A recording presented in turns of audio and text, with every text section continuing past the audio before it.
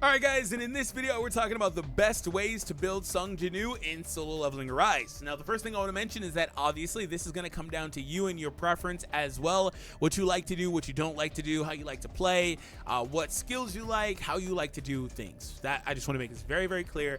But I'm going to provide you guys with some options based on my own preferences. So I hope you guys enjoy. Let me know in the comments what you guys like to do in terms of how you play the game, because again, we're all different. I want to make that extremely clear and all that stuff. Please post down below. Anyway, let's go ahead and dive right in. We're going to start off with stats. So the first thing you want to do is when it comes to Sung JinWoo, you want to have his precision stat around 85 to 90%. Critical hit rate you want to hit at 50% as well. Now, the rest of everything you're going to invest in this guy is going to mostly be into the attack/strength stat. And the way you're going to do that, rip gold, the way you're going to do that is as it pertains to precision, you're going to get that based off of your weapons. Also, you're going to get that off your weapons. Also, when it comes to the critical, you're going to try to pull that from artifacts. Let's go ahead and give an example. So he's got no investment in precision, so he's at 61%. Precision spikes heavily with duped out weapons. Short and sweet, it's very, very easy to explain. In fact, it spikes so heavily that a weapon without any dupes has no precision. So there you go. One dupe even has precision. So that is the first thing to mention. So then if the comment is, hey, D free, well, I have no weapons with dupes. Sure, you probably do. You can also effectively use lower rarity weapons with duplicates to get precision as well. So you do not have to invest in it. You don't want to ignore that stat because it increases your minimum damage, which obviously matters a lot. So that's the way I like to explain it. That stat increases your minimum. The strength stat increases your maximum. So it's very easy to understand that way. Now, the dark horse is critical, which we'll talk about in a minute. So anyway, what you can do is you can pick a primary weapon that you like using, like the plum sword. We can also put on an SR sword just for S's and G's, family friendly. We'll put this on, right? Just whatever. And all of a sudden, our precision stat did climb a decent bit to 69%. And so from there, we would invest points into it to get it around 85 to 90%, in my opinion. So that's what you would do. You'd go from there, push it all the way up to that 90% number. I guess we're just going to waste gold today. So let me actually put on, we'll take this off and we'll put on something that's a little bit, how about a 2-dupe weapon? We'll put that on. By the way, if you want to use a sub weapon that's a rare weapon that you have with dupes in it as well, that works too. Particularly if they have a good passive. Increases the user's attack by 2%, stacks up to 10 times, 20%, whatever, increased dark damage. Like this actually probably is a good one to use as a R weapon because the dark focus with the plum sword. So we'll put that one on, whatever, we'll do that. So the precision stat currently, I'm trying to go pretty fast, is at 68%. So we'll invest 100 points in. That gave me 5,000 more in the stats. That should be enough, right? 80% is a fine baseline as well if you wanted to do that. We'll go 30. Let's see where that puts me. 80. Okay, so we're like right there. All right, let's go 5 points. We are right there. So, and by the way, that is specific to this build. Let's go 2 points. Come on now. That's specific to this build. 85, perfect. If I were to take this weapon off and put on this other scythe, for example, then obviously my precision is going to go up, right? It's at 90%. So obviously if I've got better weapons, even if I put this SR weapon on, it's still going to be higher. It's at 86%. So anyway, that's specific to this specific build because they do have different stats on it, right? So outside of that, we're going to move and put the rest of everything here. So if you like to invest in vitality and intelligence, go for it. I'm going to tell you, however, that you do not need to invest a single drop into either of those stats. First and foremost, as it pertains to vitality, that stat is, it's not that it's bad. It's just that it's not necessary. At the end of the day, this game is a DPS game. You want to blitz through your bosses, your mobs, whatever, as quickly as possible. So that is the most important thing. So increasing your overall damage is what you want to be doing, right? So increasing those two stats increases your minimum, your maximum damage. Again, crit we'll talk about in a minute. But the vitality is kind of whatever. And it's so whatever that he's got a skill called Shadow Step. That's extreme evasion, Shadow Step. This is your best friend. It even reduces the enemy's defense by 60%. So like you want to play this game effectively, what you want to be doing is you want to be using Shadow Step like all the damn time, right? And that by the nature of it means that you're not taking any damage. So if you're not taking any damage, why do you need the defense stat? Now, that being said, if you improve this, even though you'll do less damage, you'll be more survivable. So up to you if you want to do that. I'd also argue that you can get this in other ways from, a support like Emma, for example, who increases heat defense 7.7, whatever. Like you can get this investment elsewhere. Intelligence, some people will also really like this for the cooldown reduction. It's a stat that you could kind of try to build some off-brand type of build, but most people aren't going to recommend it. I'm not going to recommend it either. It just kind of is what it is. All right, so agility. Now, critical, you want that stat to be at about 50%. Now, it's at 6% currently. However, what's going to happen is 50% is the cap for stat investment, right? So you can't advance it beyond 50% with stat investment. However, weapons can go past it. So a weapon that increases your critical hit rate, things like that, are able to go past that. So this one right here increases the user's critical hit rate. The other scythe increases your crit rate by 25%. These weapons are able to go past that cap of 50%. Now, in terms of weapons, there are a lot of different ways you can build him too. I just want to let you know that this information is coming from the Solo Leveling Arise database, so that'll be linked down below in the description. But there are a lot of different common builds for Sung Jinwoo. For the record, this is one that they recommend, but this is one that I use personally for my early progression in the game. I didn't have any dupe in Demon Plum Flower. I just got that recently. I used this combination with the other artifacts and all that stuff in the video that you guys have seen by now, because if you couldn't tell, I tacked this in last minute because I forgot to cover this topic. But this is a combination I use a ton. Thetis' Grimoire is an amazing weapon in the game. Also, the common build most people are going to use is this double dark weapon one, because the critical implications, the sheer damage, things like that, it works out really, really well. Also, depending on what pieces of content you take on, there will be other ways you would want to build. For example, if you're versus a character like Egress, you want to have a combination like this. If possible, that would work exceptionally well for you. Making any sort of changes depends on what you have, obviously, so I can't really step into each player's individual accounts and tell you what to use or what not to use, right?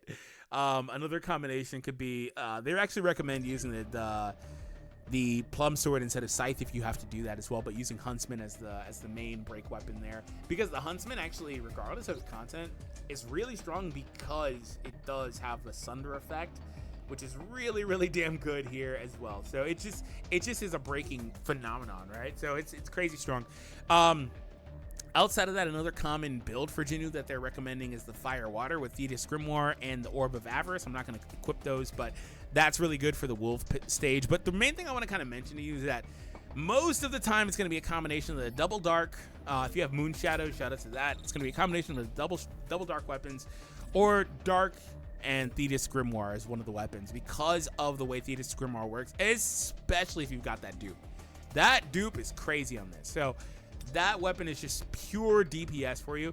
There are other builds that people wind up using as well. Thetis Grimoire Westwind is a very common one, but again, that doesn't really require, but you'd be best off if you have the dupes as well for that too. So that is how the weapon outlook looks. And outside of that, some of these other SR weapons work pretty well too, but again, depends on the need.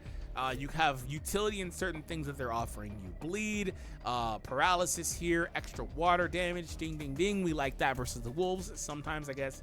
Notice that we don't really talk much about some of the other weapons like Demon Longsword. It's not that it's bad. It's that you're better off in content pretty much just using the other weapons. That's what it is.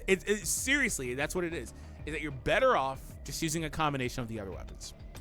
So that's kind of how things break down. By the way, Precision also has a cap, but I didn't recommend you going to it, but the cap's 99.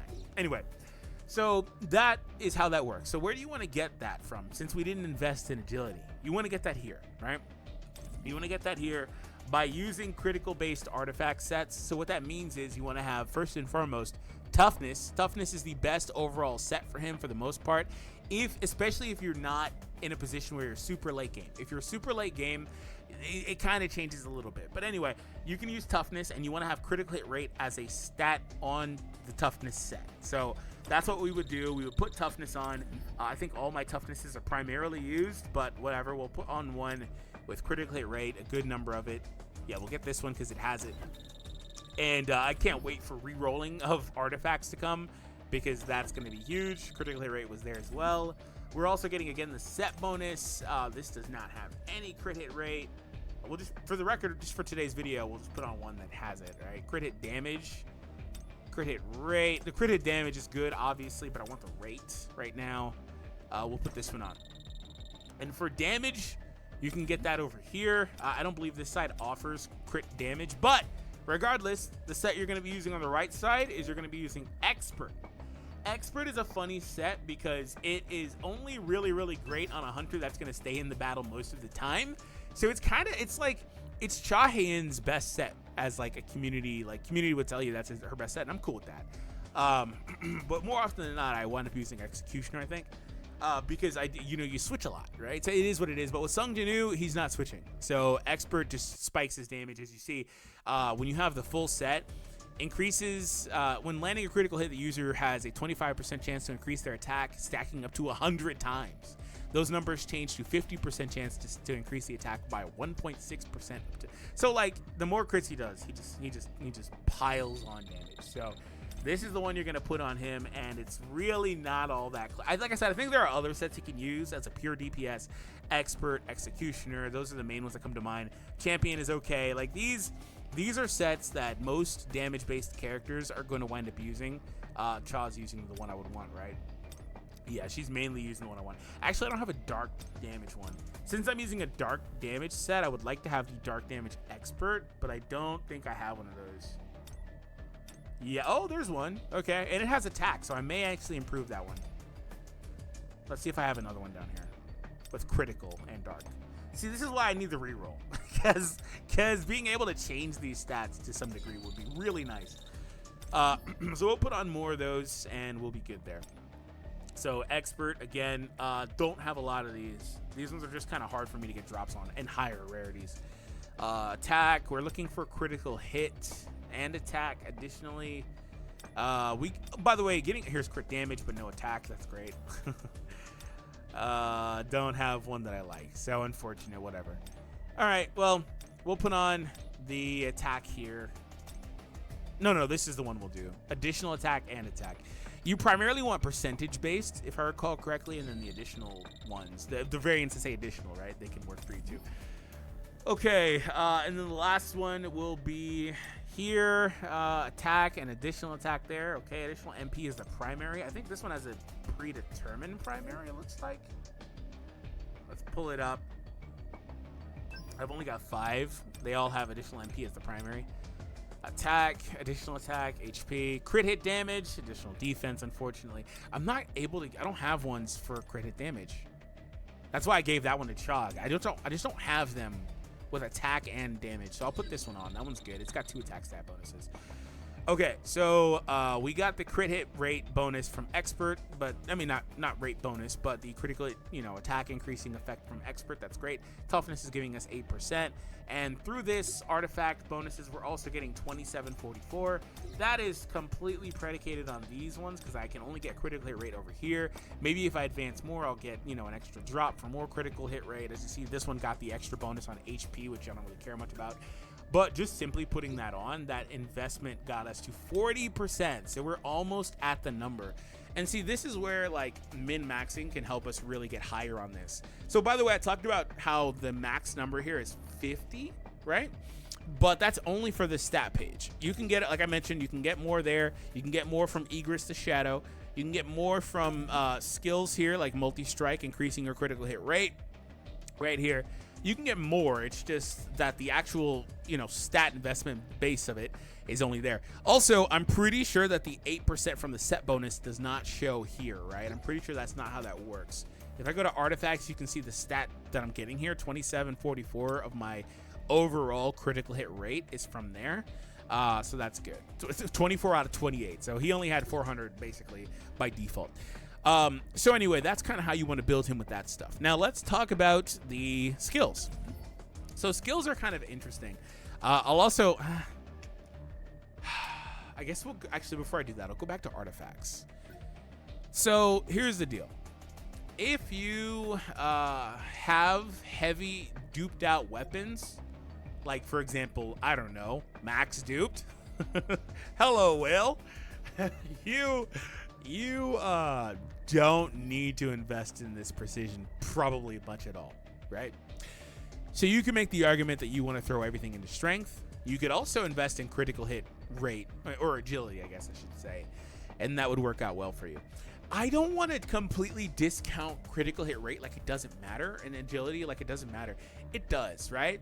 It matters a lot. It matters a lot also for players that are, free players, the critical hits that you're going to do, all the damage you get from that, also the set, all that stuff matters a lot. I just think that min-maxing into strength and precision is the better way to go personally. But remember, like I said, if you feel differently, that's perfectly fine. I wanted to make that extra point very clear because I started almost sounding like I was trying to say, hey, like, you don't have to worry about anything else.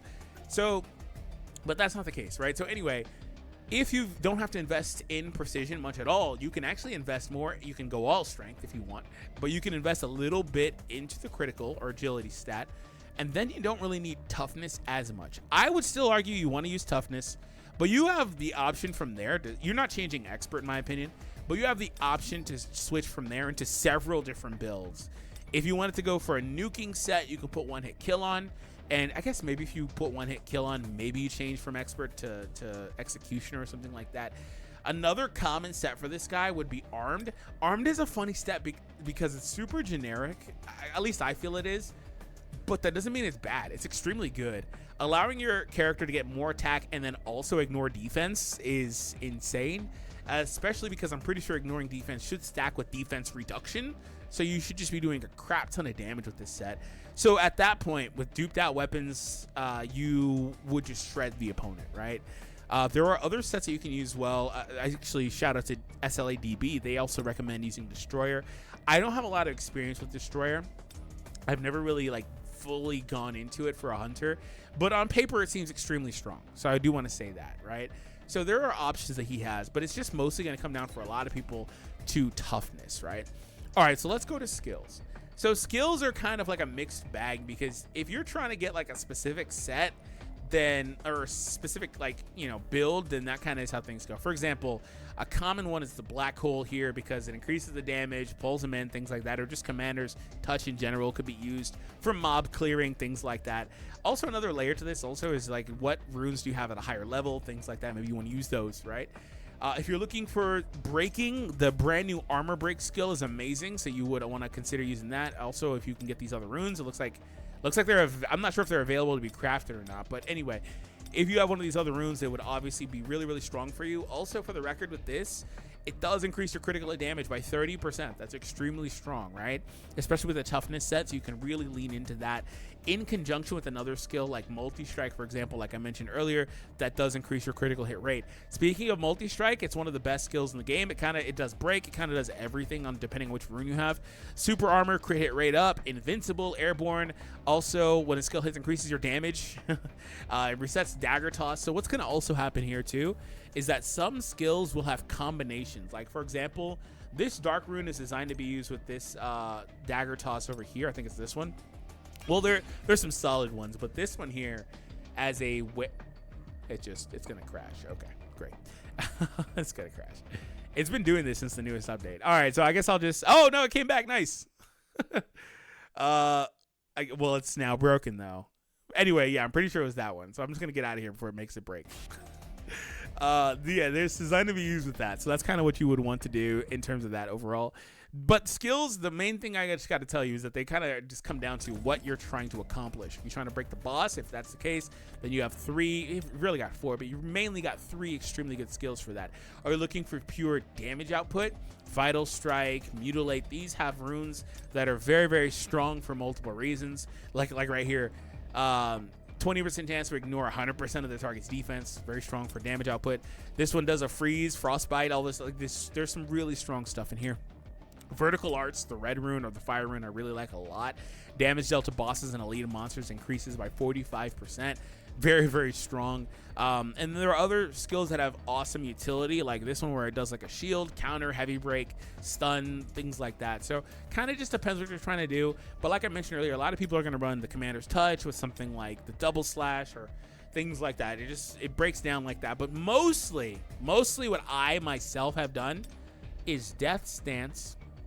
I do switch the rune, but the Death Dance skill in conjunction with multi-strike has got me through pretty much the entirety of the game. Just want to make that clear. So that's kind of how skills look in terms of what you're looking for him. Now, I am not going to really touch much about the Blessing Stone because this is such a finicky system.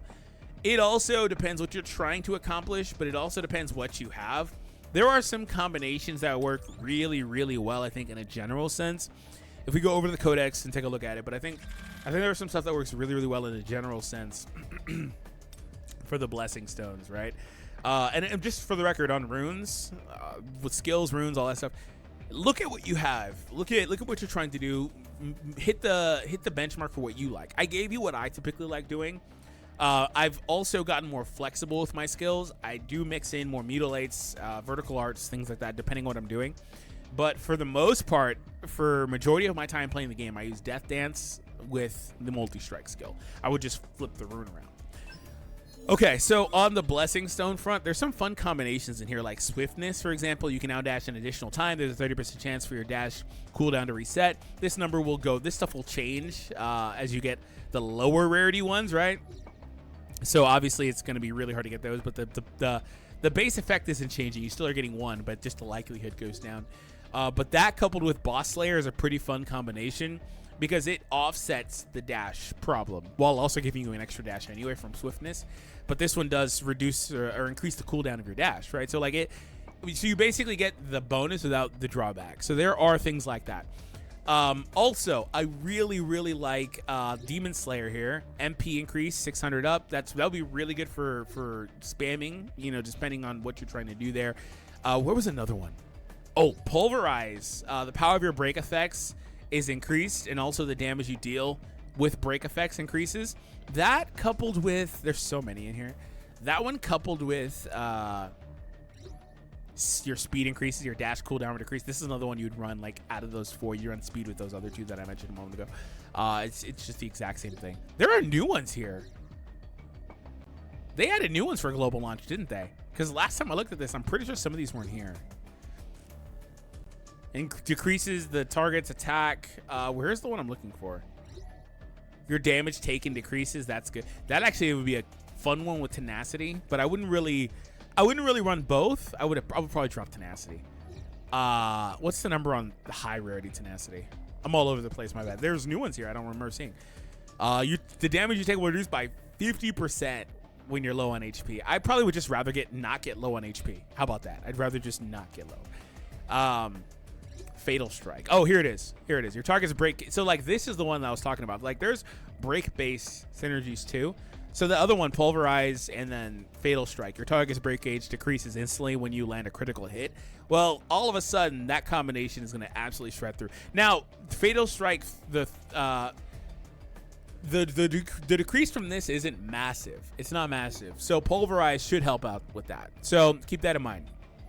Overall though, what are you looking to accomplish? One thing I'll tell you though is I'm a bit of a pussy man. Regardless, I'm keeping daily quest completion on. That one is not going away.